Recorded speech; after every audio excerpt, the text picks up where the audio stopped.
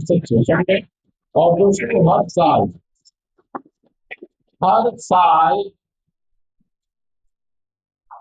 हर साल 1 दिसंबर को कौन सा दिन होता है खास? थोड़ा सा सोचें, थोड़ा सा सोचें। नहीं, 10 दिन।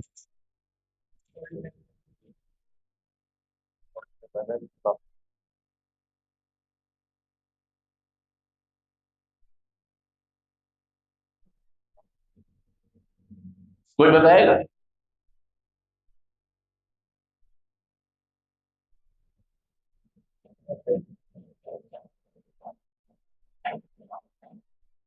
कुछ समझ आ रहा है तो बता दीजिए। HIV। बोलिए फिर।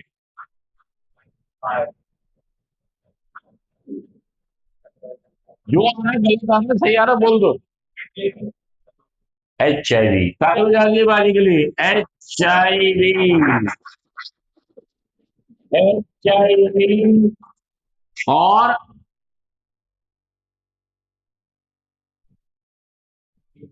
क्या दिसंबर? 1 दिसंबर। एक कौन सा डे होता है?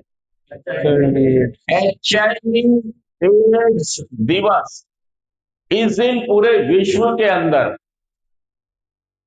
हम उन लोगों के प्रति सहानुभूति का प्रदर्शन करते हैं और लोगों को जागरूक करते हैं। जो लोग HIV के शिकार हो गए हैं, उनके लिए अपने अंदर सहानुभूति रखते हैं। उनके लिए हम ये कहते हैं कि भेदभाव ना किया जाए। इंसानों के साथ साथ हाथ मिलाने से, रहने से, खाने से HIV नहीं होता है। तो इस दिन पूरे विश्व के अंदर क्या किया जाता है?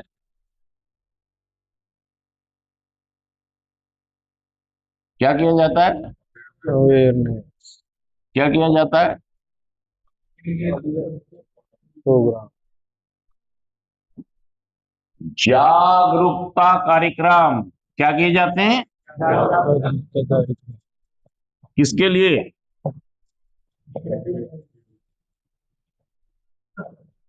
जागरूकता कार्यक्रम किसके लिए किए जाते हैं? HIV ads.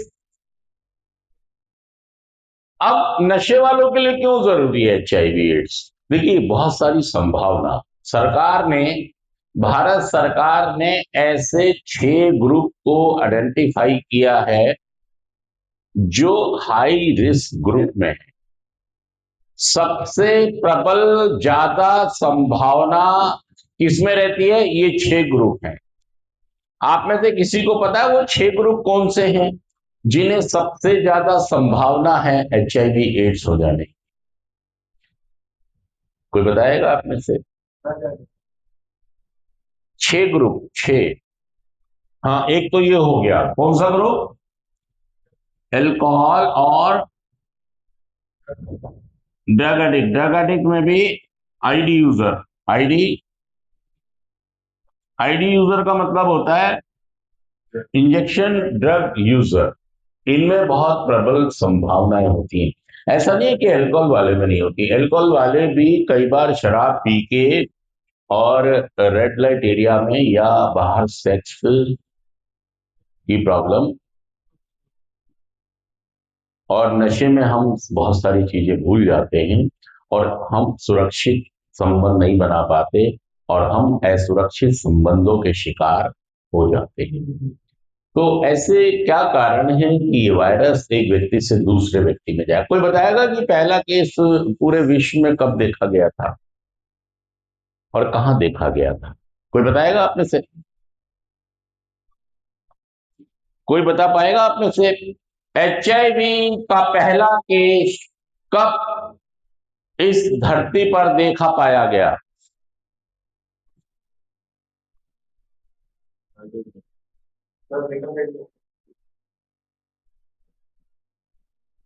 देखिए, 1959 बेल्जियम कांगो,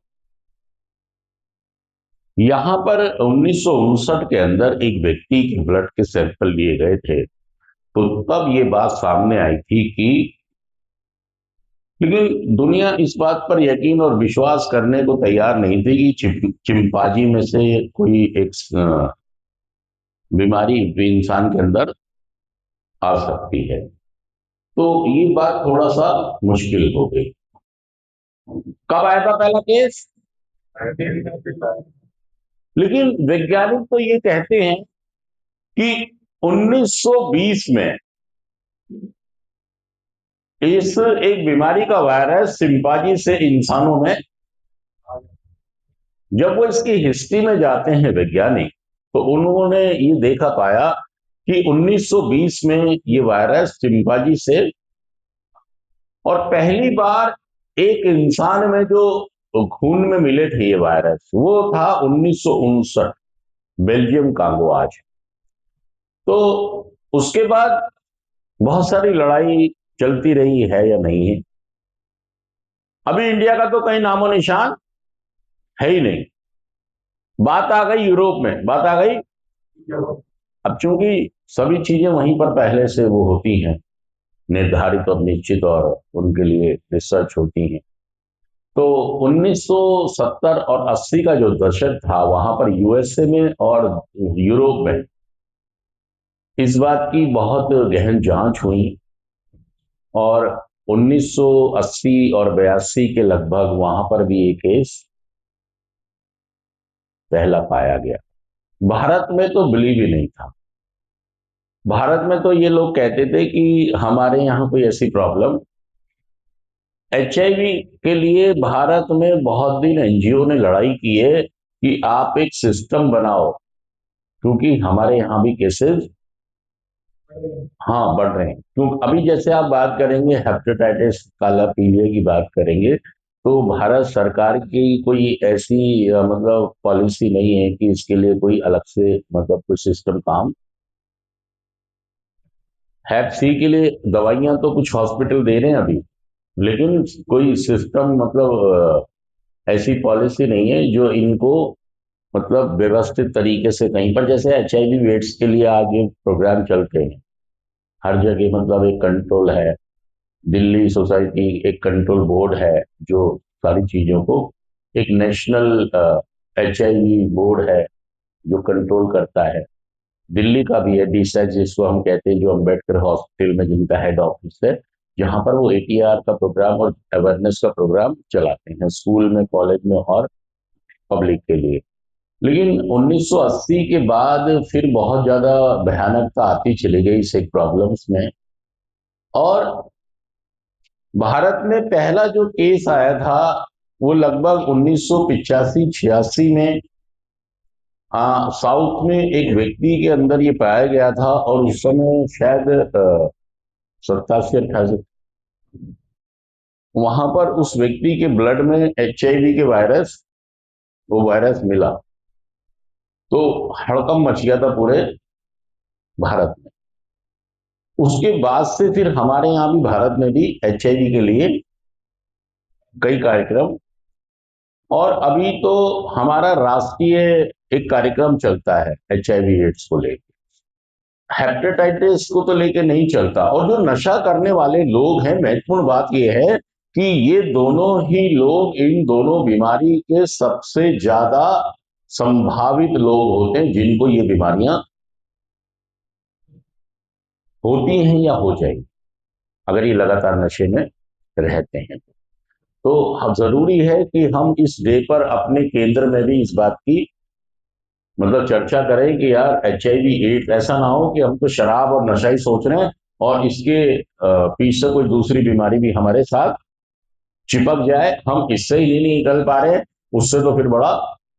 और ऐसे बहुत सारे केसेस हैं, मैं जानता हूं हजारों केस है भारत में, दिल्ली में, जिनको नशे की भी प्रॉब्लम है और एचआईवी। एटीआर दवाइयां हैं जो कारगर हैं और बड़ा अच्छा काम करती हैं। मैं आपको जितनी भी जानकारी चाहिए होंगी, मैं सब जानकारी आपको दे सकता हूं यहाँ पर, और यही हमारी जागरूकता को बढ़ाते हैं। दोस्तों, हम यहाँ बात करेंगे कि कितने ऐसे कारण हैं जिनसे एचआईवी का वायरस एक व्यक्ति से दूसरे व्यक्ति में जाता है। देखिए, एक व्यक्ति से क्या होता है, ये